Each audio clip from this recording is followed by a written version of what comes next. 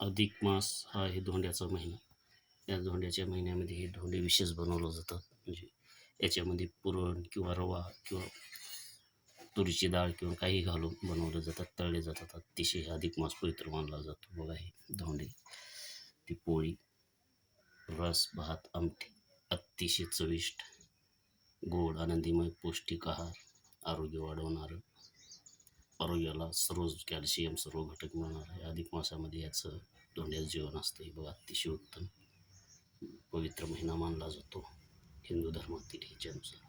बघा ही तरतरी एक नंबरची आईच्या हातची आमटी, अतिशय चवदार आणि अतिशय हे.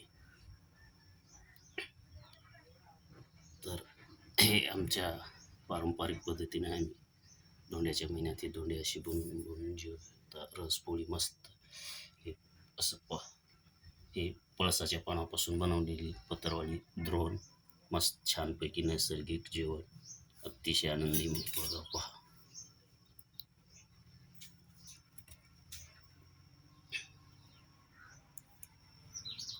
धोंडे कसे खायचे असतात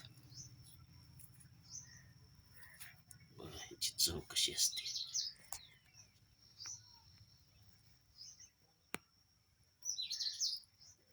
बघा हे चव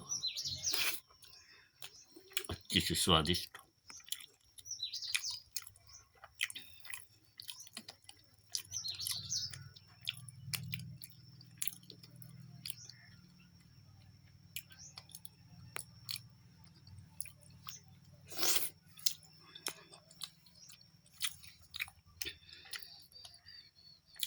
आमटे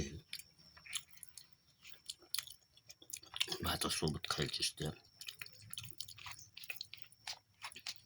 अतिशय चविष्ट.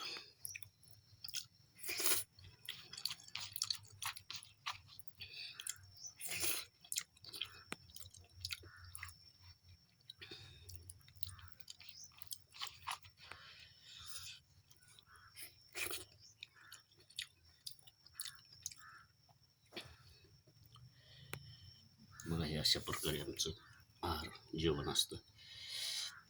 3 वर्षाच्या नंतर हा धोंड्याचा महिना येतो. अतिशय पवित्र सनातनसाठी किंवा या महिन्यामध्ये देवदेव बी येत, अतिशय पवित्र. बघा हे महिना.